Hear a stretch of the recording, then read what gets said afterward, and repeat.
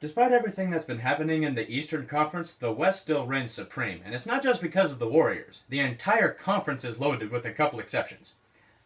The Mavericks. Dallas! Mavs! Dallas! Mavs! Dallas! Mavs! Dallas! Mavs!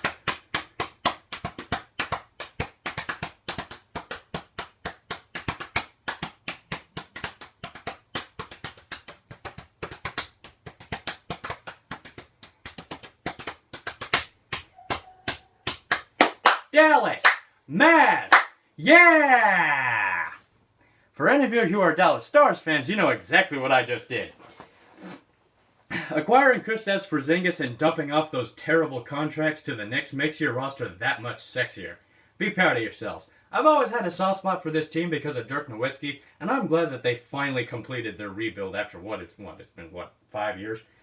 Anyways, the Denver Nuggets. It's finally happened, ladies and gentlemen. The Denver Nuggets have broken out of their mediocre cage and flourished into one of the top dogs of the West. You may not have done anything at the deadline, but I don't blame you. Keep it up, because this is exactly what Denver has been missing for over a decade. Relevance. Golden State Warriors. Fuck you. I got nothing else to say. Houston Rockets. If it weren't for James Harden playing like a faggot on the court, this team would be in deep shit. High-end performing in the regular season leads to exhaustion, and I have seen firsthand what happens to a team when one player single-handedly carries their team to the playoffs with an outstanding regular season. For reference, I'm a Thunder fan. You thought it was so cute pulling all that shit at the deadline, but it will get you nowhere. To think that this team was one game away from beating the Warriors, that seems so long ago. Clippers. This is how a conference is supposed to be. The 8th seed is 5 games above 500 and are doing everything in their power to stay in the playoff race. What I don't understand is the logic behind replacing Marcin Gortat with Ivica Zubac and trading away Avery Bradley for a couple young prospects that are unproven. Are the Clippers rebuilding also competing in the playoffs? No wonder why this team is a legacy of failure. Lakers.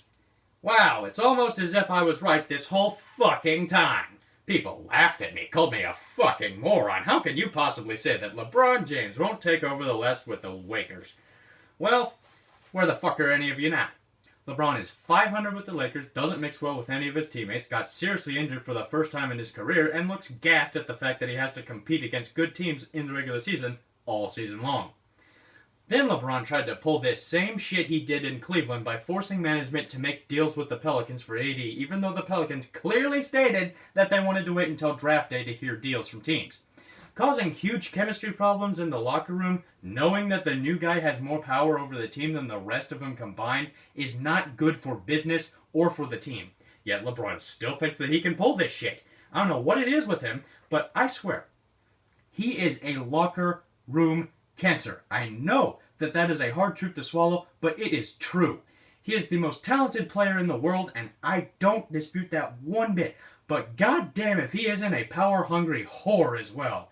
He reminds me of Jerry Jones with the ways he pouts when he pouts and whines when shit isn't going his way. And it is way too obnoxious to care about any of his grievances when he pulls that shit. Grizzlies. Yep, you're fucked. Nothing else to say here.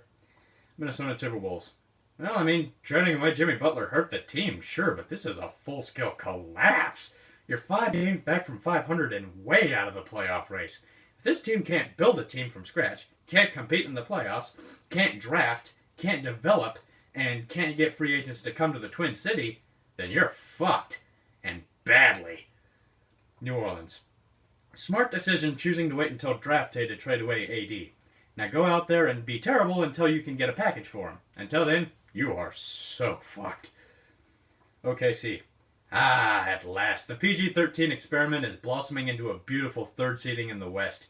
17 games above 500, legitimate chemistry duo with Brody and PG-13, depth on the bench, and the ability to take the game at task unlike previous iterations of the squad. Now if only Billy Donovan was gone. The crystal ball predicts a conference championship appearance before getting bitch-slapped by the Warriors because Kevin Durant is a spineless snake and Boogie is a filthy kike. Phoenix Suns. You're fucked. Portland Trail Blazers. Prove to me that you can get out of the first round, then we'll talk. Oh, better yet, just win one playoff game. Then you'd have a better season than the last 2 seasons combined. Until then, just fuck off. Sacramento. Holy shit, I never thought I'd say this with Vlade Divac at the helm of things, but the Kings are a competitive team that can make it to the 8th seed with 45 wins? What? Okay, someone slapped the shit out of me. I have got to be dreaming. Nope. Nope. Quite real. Quite real. Ow. Ow. Jesus. I don't think Harrison Barnes, along with Alex Burks, is the answer to your woes, but congrats on finally getting out of the basement. Lord knows you needed to. San Antonio. This is so odd.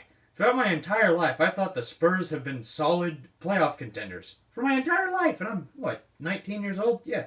Even when they're 6 games above 500, there's still a good chance that they don't make it, and that is terrifying. Like usual, the Spurs were always radio silent at the deadline, but seeing the Spurs like this is definitely grounds for concern. Maybe Coach Pop doesn't have the drive to be a coach anymore, and I definitely don't blame him since his wife passed away last season. But I'm scared, guys. This could be the end of an era, and I'm not ready for it to end. That being said, DeMar DeRozan is still pretty solid for the team. Utah. You had us scared for a moment there, Mormonville. Glad to see you got things back together and are back in the driver's seat at 8 games above 500. It's now that we ask, what should we expect from the Jazz? Over the past 2 seasons, they've been dominated in the second round, but now it seems like they could realistically make a deep playoff run with the core they have.